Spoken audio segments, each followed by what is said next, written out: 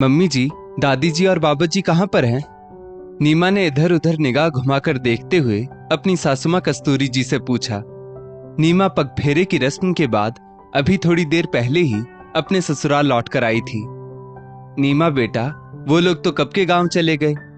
कस्तूरी जी ने बहुत ही साधारण से शब्दों में कहा। गांव चले गए से क्या मतलब मम्मी जी? क्या वो लोग गांव में रहते हैं? नीमा ने बहुत ही आश्चर्यचकित होकर पूछा। नीमा बेटा, वो लोग तो गांव में ही रहते हैं, बस विपुल की शादी के लिए वो लोग यहाँ पर आए थे, कस्तूरी जी ने नीमा को समझाते हुए कहा। अच्छा मम्मी जी, वो लोग गांव में रहते हैं? मुझे तो ये मालूम ही नहीं था। मुझे तो यही लगता था कि दादी जी और बाबा जी सबके साथ यहीं पर रहते होंगे। नीमा को सचमुच आश्चर्य हो रहा था। हाँ नीमा बेटा, कस्तूरी जी ने अपनी बहू को समझाना चाहा, लेकिन नीमा का तो मन कुछ समझने को तैयार ही नहीं हो रहा था। लेकिन मम्मी जी, दादी जी और बाबा जी गांव में क्यों रहते हैं? विपुल ने मुझको तो यही बताया है कि पापा जी के और कोई भाई बंधु भी नहीं है। नीमा ये सब कुछ सुनकर चुप नहीं रहना चाहती थी। नीमा बेटा, उन लोगों को तो गांव में ही अच्छा लगता है और वो घर पर अकेले ही रहते हैं, लेकिन तुम आते ही ये सब कहां की बातों को लेकर बैठ गई? सफर में थक गई होगी, हाथ मुंह धो लो जाकर। मैं चाय बनाती हूं तुम लोगों के लिए, फटाफट चाय पियो, सारी थकान उतर जाएगी।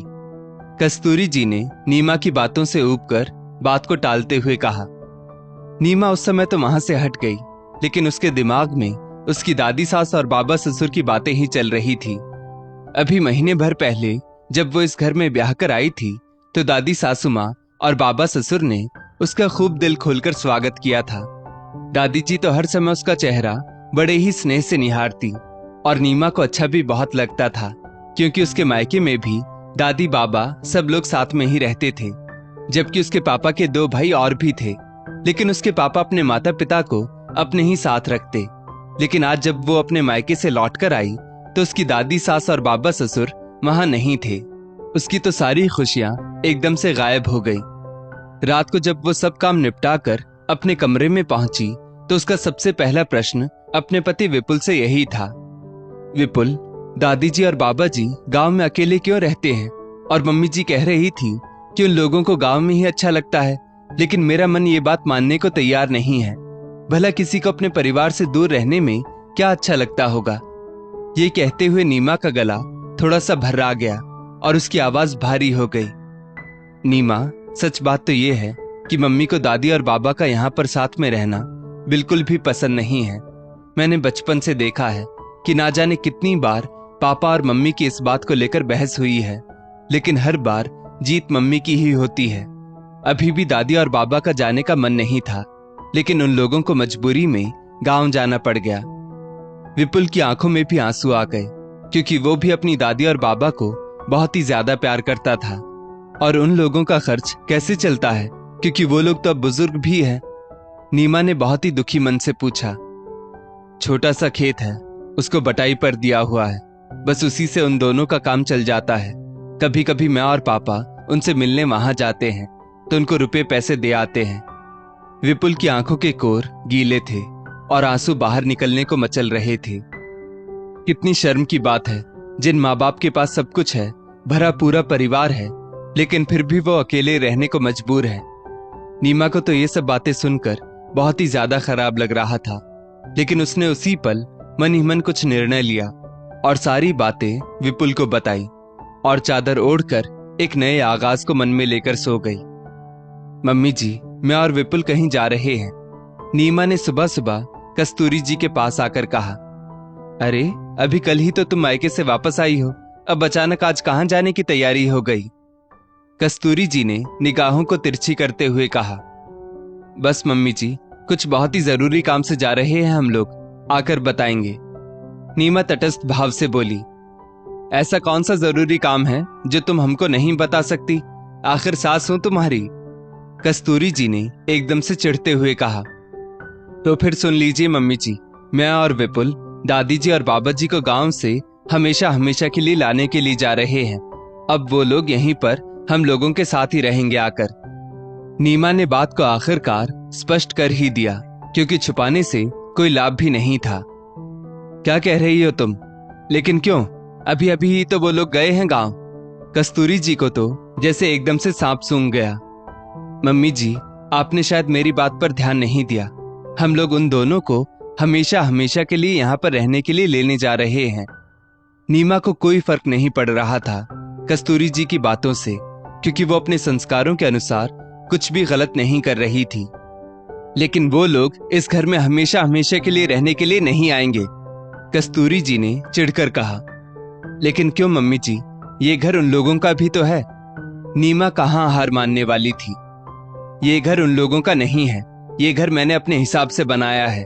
वो लोग बेमतलब की दखल अंदाजी करते हैं और तुम अभी कल डोली से उतरी हो और मनमानी कर रही हो। कस्तूरी जी की आवाज में गुस्सा छलकने लगा।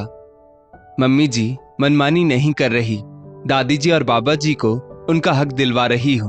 और अगर आप इस घर में दादी जी और बाबा जी को रखने के लिए नहीं तैयार हैं, तो मैं और विपुल अलग घर लेकर रह लेंगे और दादी जी और बाबा जी को वहीं पर अपने साथ रखेंगे। लेकिन ये तो तय है कि अब वो गांव में अकेले बिल्कुल भी नहीं रहेंगे, नीमा ने बहुत ही स्पष्ट शब्दों में कहा। विपुल वहीं पर चुपचाप खड़ा सब कुछ सुन रहा था। विपुल, तू सुन रहा है ना कि तेरी नई नवेली दुल्हन मुझसे कैसे बदतमीजी से बात कर रही है? इसको यही सिखाकर भेजा है इसके माँ बाप ने। अब कस्तूरी जी विपुल से मुखातिब हो गई। मम्मी, क्या गलत कह रही है नीमा?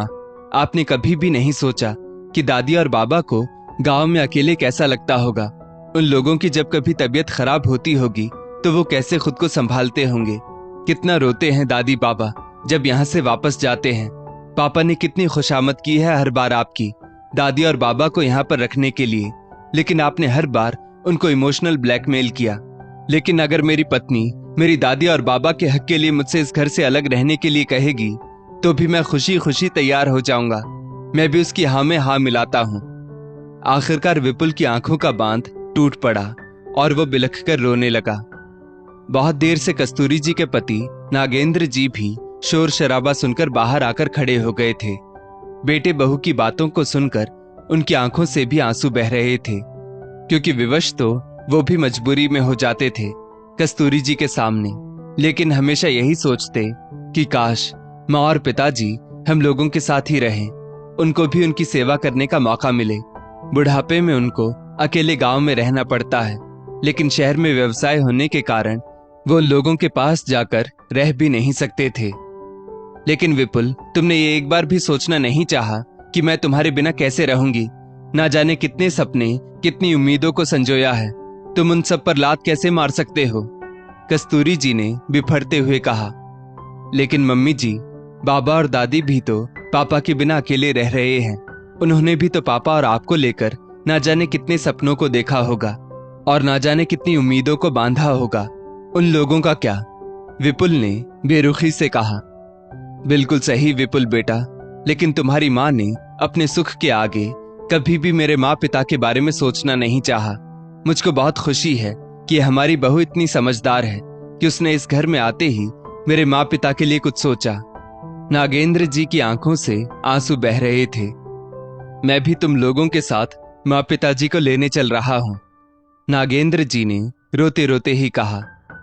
तो फिर ठीक है, मैं ये घर ही छोड़ दूंगी, कस्तूरी जी ने प्रिय चरित्र दिखाते हुए कहा। तुम स्वतंत्र हो कस्तूरी, जैसा तुम्हारा मन, लेकिन एक बात ध्यान रखना, इस बार मेरे बेटा बहू मेरे साथ हैं, इसीलिए तुम मुझको किसी भी बात के लिए मजबूर नहीं कर सकती।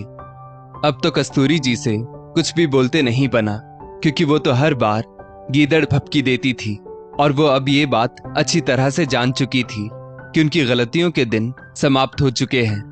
कुछ ही देर बाद विपुल और नीमा के साथ साथ नागेंद्र जी भी गांव जाकर अपने माँ पिता को साथ ले आए। उन लोगों की तो खुशी का कोई ठिकाना ही नहीं था। वो तो हमेशा से सबका साथ पाने के लिए तरस रहे थे। बुढ़ापे में ही सही, मानो उन्हें संजीवनी बूटी मिल गई थी। अब तो नीमा उन दोनों का बहुत ही ज्यादा ख्याल रखती।